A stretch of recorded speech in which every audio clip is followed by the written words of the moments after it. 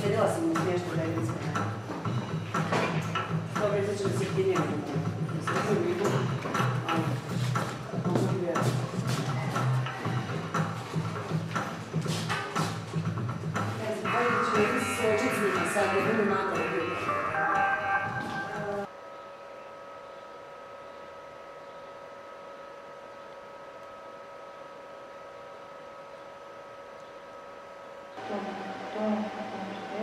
Tipa recimo kad imaš, na primjer, tekst na dva, isti tekst na dva jezika, pa kuš kak slikovno bi izgledalo pretipkano. Da.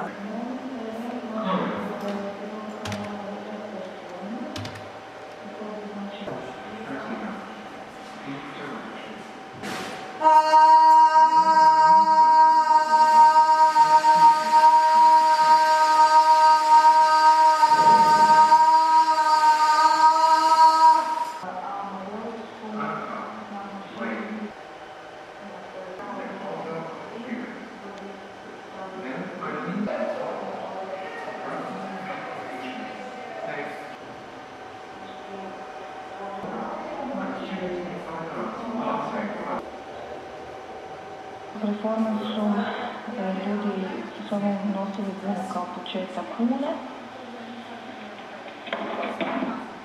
i na kraju pišu najmene. Znači nekad s sobom bunu kao to probaju kao početak na kraj.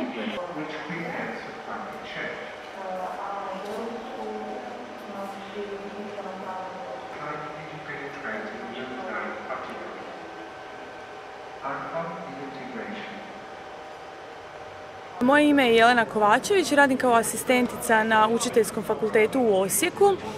Za sudjelovanje na testu smo oformili jednu radnu skupinu studentica sa 3. godine fakulteta koja se naziva Djeve, Djevojke vode evidenciju, i vodili smo evidenciju u biti kako se osjećaju građani grada Osijeka. Otprilike Osječana je u istraživanju sudjelovalo negdje 600, znači podjednako muškaraca i podjednako žena. Reakcije su bile svakakve kada smo im prilazili na ulici. Neki nisu željeli uopće komunicirati, neki su vrlo rado ispunili listić, a neki su uzeli to kao priliku da nam se izjadaju, da kažu sve svoje probleme.